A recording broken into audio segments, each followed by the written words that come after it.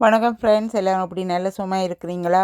இன்றைக்கு கௌரி கிச்சனில் என்ன சமைக்கணுன்றது தான் இந்த வீடியோவில் பார்க்க போகிறோம். இன்றைக்கு மசாலா தோசை மேக் பண்ணியிருக்கிறேன். என்னுடைய பிள்ளைகளுக்கு ரொம்பவும் பிடித்தது மசாலா தோசை. அதோடு நேபர்ஸும் கேட்டிருந்தபடினால் அவர்களுக்கும் சேர்த்து மசாலா தோசை மேக் பண்ணியிருக்கிறேன். என்னுடைய இட்டலி தோசை ரெசிபி எல்லாத்தையும் சாப்பிட்டு பார்த்தவர்கள் மிகவும் பாராட்டியிருக்கிறார்கள். அது எனக்கு மிகவும் சந்தோஷமாக உள்ளது. தோசை மிக்ஸ் மேக் பண்ணி கொடுத்துருந்தேன். அதுகள் ஒரு நாள்லேயே அவ்வளோத்தையும் சுட்டு சாப்பிட்டுட்டோம், சந்தோஷம் என்று சொல்லி சொன்னார்கள். எனக்கு ரொம்பவுமே சந்தோஷமாக இருந்தது. கடைகளில் அவர்கள் வேண்டி சாப்பிடுவதில்லையா, தங்களுக்கு விருப்பம் இல்லையென்று என்னிடத்தில் வேண்டி சாப்பிட்டார்கள். மிகவும் சந்தோஷமாக இருந்தது. இன்றைக்கு நான் மசாலா தோசைக்கு சட்னியும் அதோட சாம்பாரும் மேக் பண்ணியிருக்கிறேன். இந்த பாருங்க, நான் மேக் பண்ணி வைத்திருக்கிற மசாலா தோசையும் சட்னியையும் பாருங்க, அந்த மாதிரி சூப்பராக இருக்கிறார். இது நான் மசாலா தோசைக்கு உருளைக்கிழங்கு மசியல் மாதிரி மேக் பண்ணியிருக்கிறேன். ஸ்பைசி எல்லாம் சேர்த்து மிகவும் அந்த மாதிரி சுவையாக இருந்தது. என்னுடைய பிள்ளைகளுக்கு எப்போவுமே ரொம்பவும் பிடித்த ஒரு ஃபுட் மசாலா தோசை. இட்லி, அப்பம், தோசை, இடியப்பம் என்று எல்லா வகையான உணவு வகைகளும் என்னிடத்திலிருந்து யார் வேணுமென்றாலும் பெற்றுக்கொள்ளலாம். விருப்பமானவர்கள் ஆர்டர் தர வேணும்.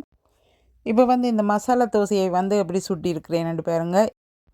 இது தோசை கல்லில் சுட்டெடுக்கிறேன்.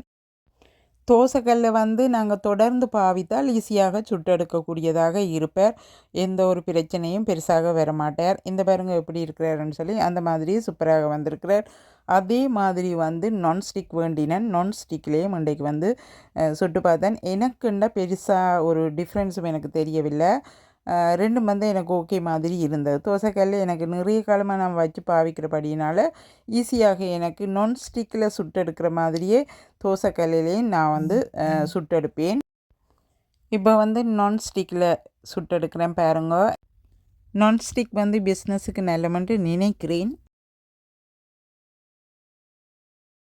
ஃபஸ்ட் டைம் பிஸ்னஸுக்காகத்தான் நான் நான்ஸ்டிக் பேன் தோசை சுடுறதுக்காக வேண்டியிருக்கிறேன்.